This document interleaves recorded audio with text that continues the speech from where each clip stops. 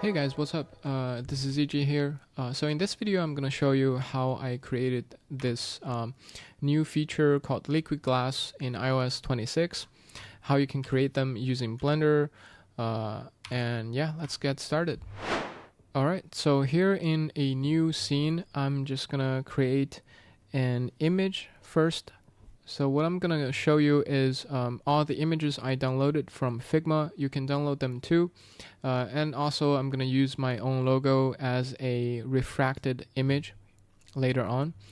So I'm going to open this here and just pin it, protect it. And so in this video, I'm going to show you first how to create these geometries. The first, a very simple one, the simple square.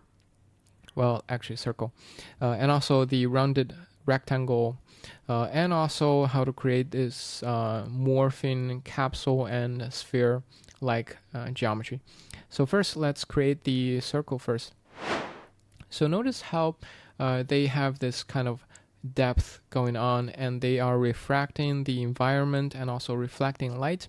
So what you want to do is actually not create a circle mesh, but actually create an UV sphere.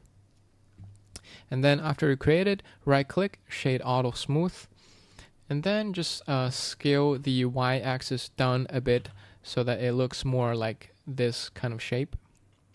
And just so that you can actually see what's going on, I'm going to import an image as a mesh plane, and I'm going to use the picture I downloaded from Figma.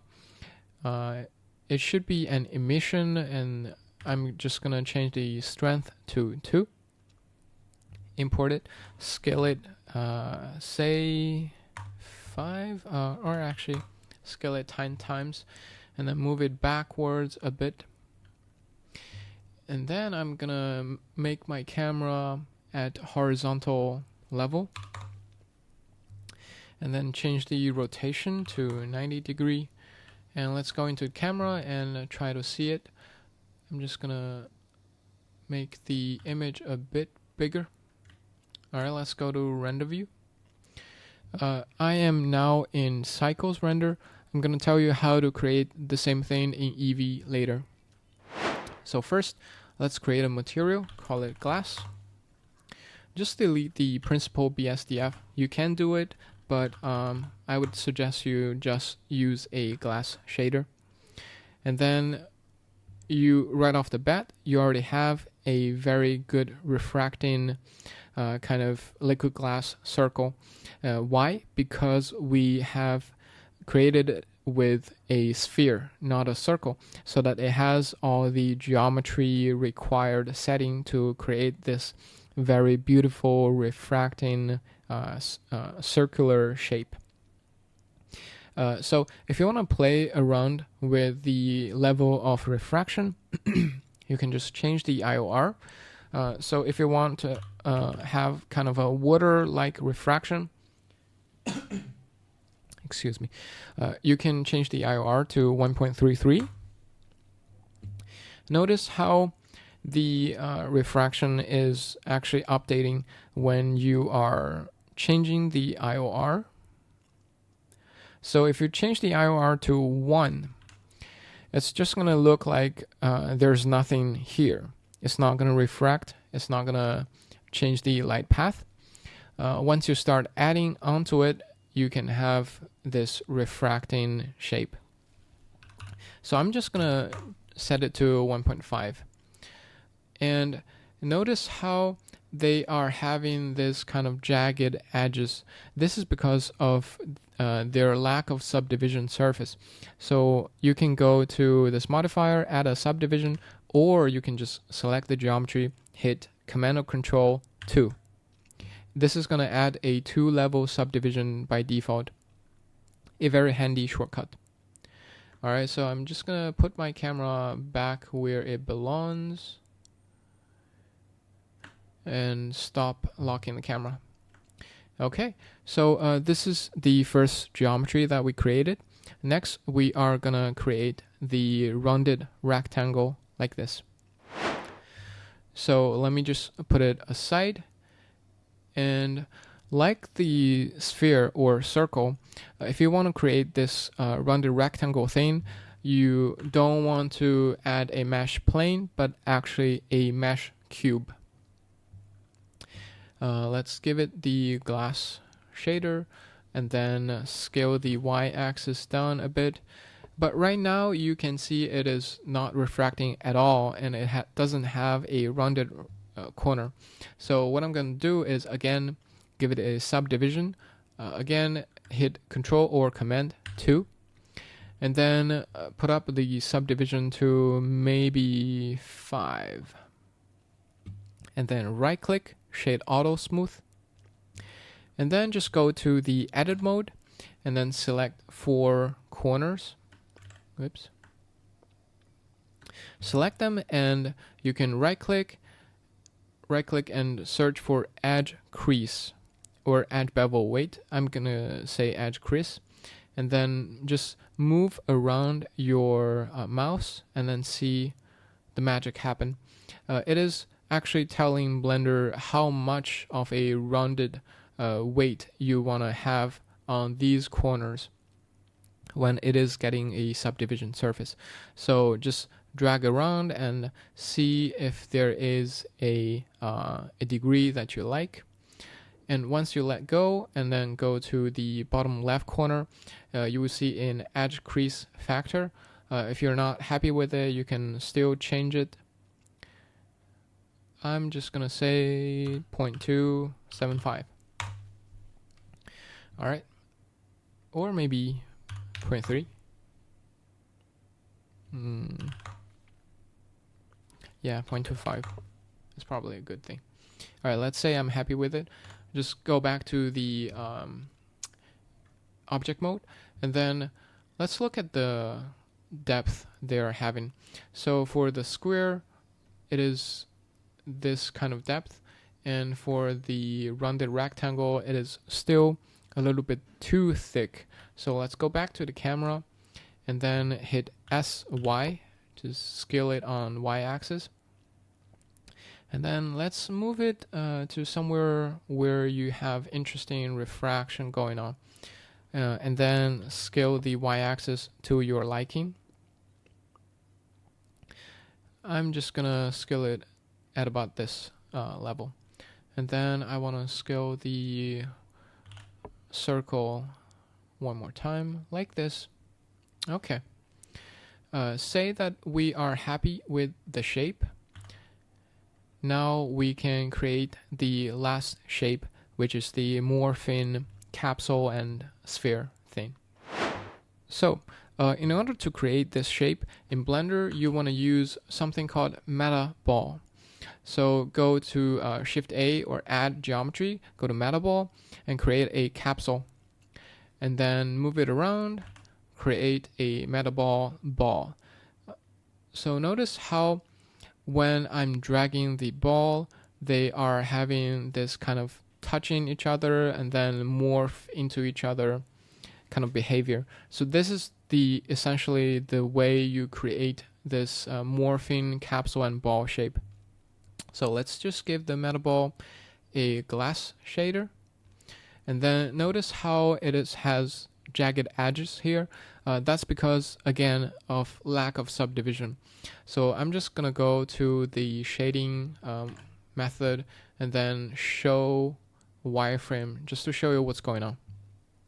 Okay, so for Metaball, they don't have a modifier tab. They actually have a data tab. Inside the data tab, you can see the resolution for viewport and also resolution for render. So if you change that viewport to the same thing as render, you can see a lot has going on. A lot of subdivision was added, and it looks smoother in nature. But I'm not happy with it. I'm just going to change it to, say, 10. Yeah, maybe that's enough. And then again, remember, you always want to change the scale. So I'm just going to hit SY. Oh, actually, you need to select both the meta balls. There are different geometries, but inside the viewport, it's hard to select them. So select both of them and then hit SY, say 0.2. And then go back to your camera. let's go to see how they look and actually turn off the wireframe. Actually turn off the overlay. So what I'm gonna do here is select both of them, actually scale them down a bit, and then move them, let's say here. Alright, so let's see what it does. So I'm moving the circle around, and then this is morphed into the capsule. And notice how if I don't do anything and just move the circle back in, it's going to create this kind of blob inside the capsule. If you don't want it, just say like here, if you're doing animation, key the metaball scale and also location. Let's see here, and then 20 frames later, go to a very perfect keyframe like here, and then insert a keyframe. Actually, I'm gonna turn on auto key, and then say 10 frames later, it's inside the capsule, but I don't want this blob going on. What should I do? Just hit S and then scale it down till that it's not affecting the capsule shape, and then just see the animation. So it's morphing in and connecting with the big shape, and then the scale is going down. But notice how it is still creating this kind of blob thing. What you can do is go inside the F curve. Let me change it back to solid mode, and then go to say dope sheet, and then just select the metaball, select the scale. Actually, I don't need rotation data, so I'm just gonna pull it down. And then for the scale, I'm gonna hit Control Tab to go into the curve view, and then select all the scale and hit Shift H, just seeing them alone. So what I want to do is actually, select all the handle and then just move them around. Let's say change it to a vector so that it is not affecting it at all. Let's change it here. Play the animation.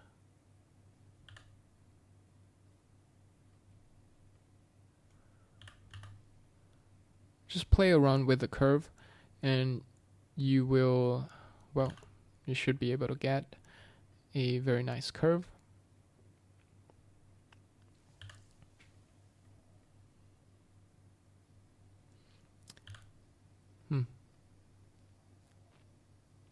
Like this.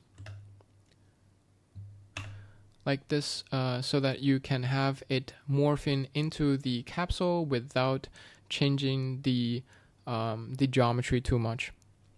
Alright, so this is what we're talking about. I'm just gonna delete all the animation data so that it's easier to show you what's next. Alright, so now that we have delivered all the geometries like sphere, rectangle, rounded rectangle, and also the ball morphing shape, now that we can continue on how to create the lighting effect. So let's just blow up the Apple reference image. You can notice how the light is affecting in a diagonal way, so that it is leading up the top left corner and also the bottom right corner. So to achieve the same effect, what you want is actually create a light. Let's do that together. So add an area light and then move it up a bit. Change the rotation so that it's shining above it. And then I'm gonna change it to rectangle shape, and then just blow up the scale like this. And then it's not affecting too much because the light power is just not enough.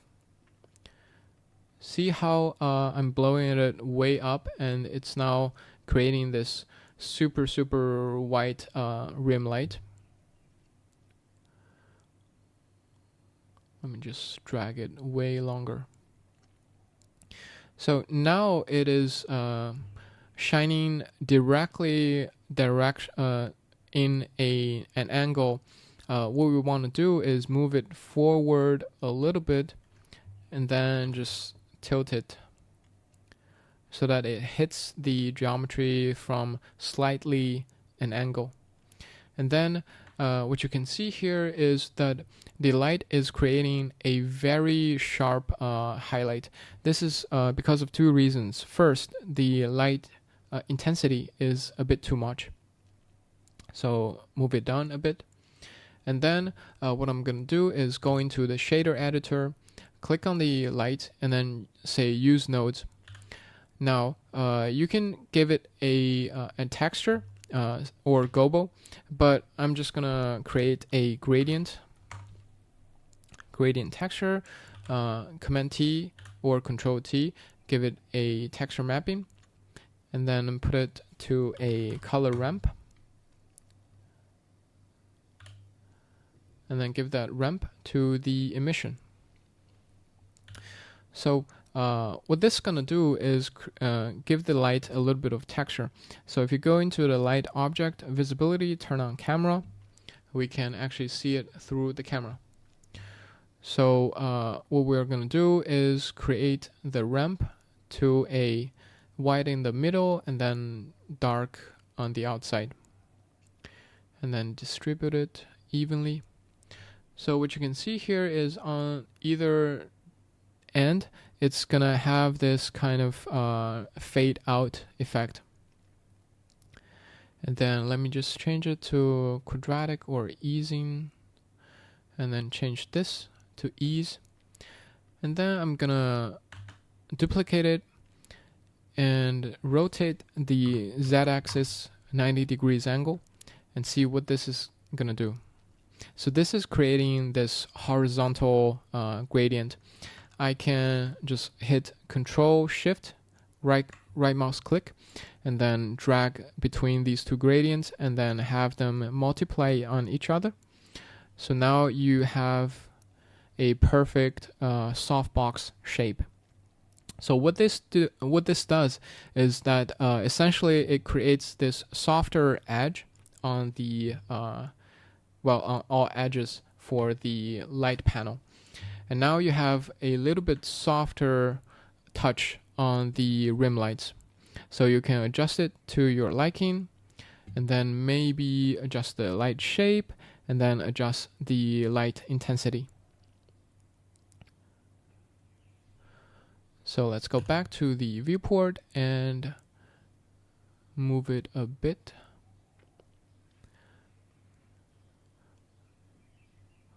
I'm just dragging it to make it wider, like this. And notice how the geometries are still refracting a lot. So this might be because of two reasons. First, it might be too thick. If you turn it down, it will only have this kind of refraction a little bit. And then you can also go to shader editor and then change the IOR and also the roughness. I'm actually going to give it a little bit of roughness just so that it's a little bit more realistic. Alright, so this is how you create the rim lighting effect for these geometries. You can also go way beyond, like select it, change the pivot point to 3D cursor, just select the light, and then Shift D, rotate around the world y-axis, and then move it perfectly down below so that you have a real rim light setup. But just play around with it. I'm not gonna spend more time on it in this video. Now I'm gonna teach you how to create it in EEVEE render mode. So you can see by default they are looking like this. The glass effect is not shining through at all.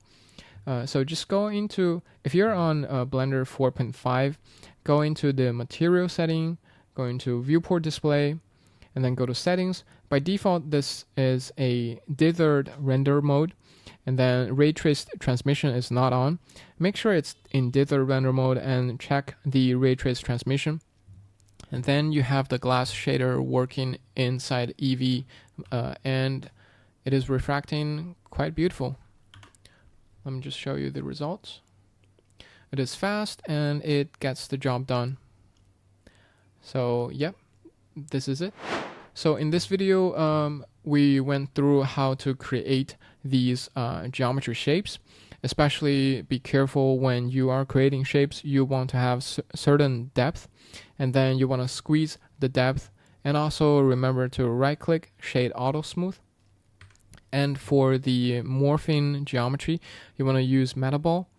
And also for the lighting, you want to have diagonal lights shining through from each diagonals, top left, bottom right, or vice versa. Oh, also you can download the file on My Gumroad. Just go into the description and there should be a link. And yeah, thanks for watching. Be sure to like and subscribe for more tips and tutorials on 3D design. Have questions? Drop them in the comments. I'd love to hear from you. Happy designing, and I'll see you in the next one.